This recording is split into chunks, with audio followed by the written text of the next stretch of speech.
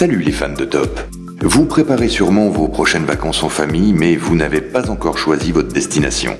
Eh bien aujourd'hui, on vous présente 10 destinations insolites auxquelles vous n'aurez certainement pas pensé. Des lieux qui ont une histoire particulière, des endroits magnifiques, isolés du grand public, peu connus ou tout simplement difficiles d'accès. Cela vous inspirera peut-être. Le royaume de Bhoutan, appelé Royaume du Bonheur, est un petit pays situé entre l'Inde et la Chine. Il est gouverné par le plus jeune roi au monde puisqu'il n'a que 37 ans. La religion principale du pays est le bouddhisme tibétain, pratiqué en majorité par sa population estimée à 750 000 personnes. Le tourisme est volontairement limité pour préserver la culture bhoutanaise.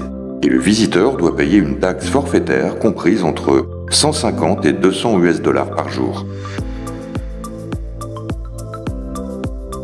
Le tourisme polaire se développe de plus en plus en Antarctique. Ainsi, si vous désirez visiter l'endroit le plus froid de la planète, vous allez être servi. Les températures peuvent atteindre jusqu'à -89 degrés. C'est le continent le plus sec et le plus venteux de la Terre. Situé au pôle sud, 98% de sa surface est recouverte d'une couche de glace épaisse.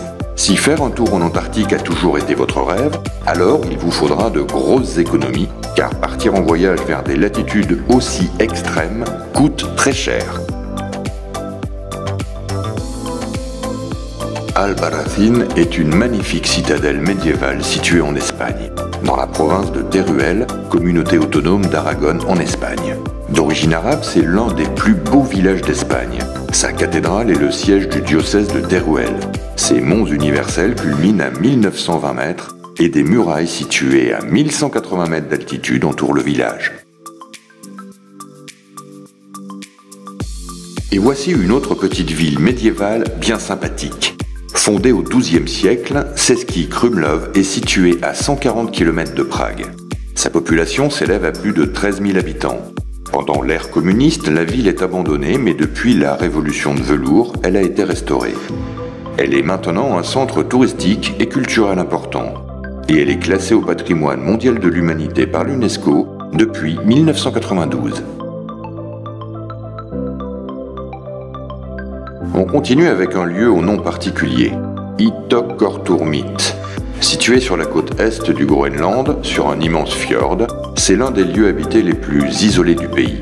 Sa population est de 464 habitants. C'est un endroit très difficile d'accès. On y va généralement par hélicoptère, car il n'est accessible par bateau que quelques jours par an. Ce lieu est connu pour ses paysages particuliers et ses animaux, des ours polaires, des bœufs musqués et des lions de mer.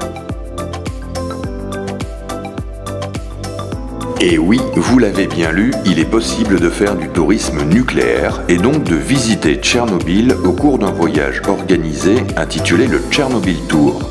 Le parcours est totalement insolite, voire morbide. Il est possible de faire une excursion en bus qui mène les visiteurs en plein cœur de la zone irradiée.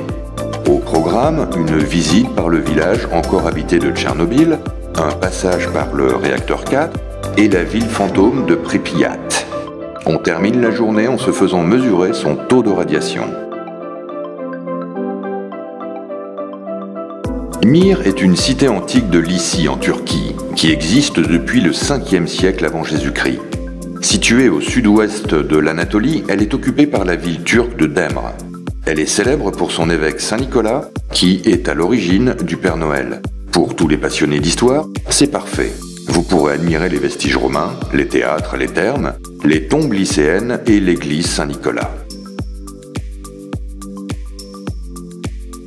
Procida est la plus petite île du golfe de Naples en Italie. Avec une superficie de moins de 4 km² et une population d'environ 10 000 habitants, c'est une ville tout simplement magnifique. Elle a aussi un grand avantage, c'est qu'elle a été oubliée du tourisme de masse. Ses maisons ont des couleurs pastel et sont toutes collées les unes aux autres. Et son église a un dôme coloré. Le village d'Allstatt en Autriche est historique. Il a 7000 ans. Il borde le lac du même nom et héberge la plus ancienne mine de sel au monde, exploitée dès le néolithique. Sa population est de 795 habitants. C'est un lieu paisible et romantique qui est inscrit au patrimoine mondial de l'UNESCO. Il est considéré comme l'un des plus beaux villages du monde. Et on termine avec une île paradisiaque, Lord Howe Island, en Australie. Située à 400 km de l'Australie, elle est classée au patrimoine mondial. Elle n'accueille que 400 visiteurs à la fois, afin de protéger le paysage naturel et exceptionnel de l'île, qui abrite des écosystèmes remarquables. 14 espèces d'oiseaux de mer et 18 espèces d'oiseaux terrestres habitent l'île. Il y a des plages blanches vierges ainsi qu'un lagon de couleur aigue marine, entouré par le récif de corail, le plus méridional du monde. On se déplace à vélo et il n'y a aucune réception pour les téléphones portables.